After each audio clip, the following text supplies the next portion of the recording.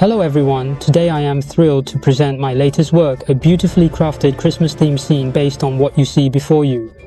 As it's the quiet and festive Christmas season, I have designed this thematic display to bring holiday cheer.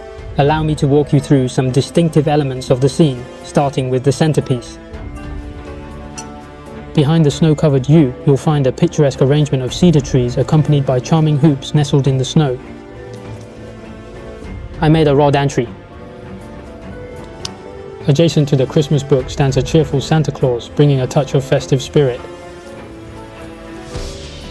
Moving further along, there's Santa Claus's newsletter alongside his car brimming with an array of delightful gifts for the season. The highlight of the whole scene is the two green lights in front of the wooden house and the lights inside the house. With the blessing of these lights, it adds some atmosphere to the whole scene. Because it is Christmas season and winter, I made the whole scene thick. Stay tuned as I guide you step by step through how I brought this enchanting Christmas-themed miniature scene to life. From crafting learning yew to assembling the snowy landscape, this project marks my maiden attempt at such a creation. Your feedback is valuable if any aspects can be improved.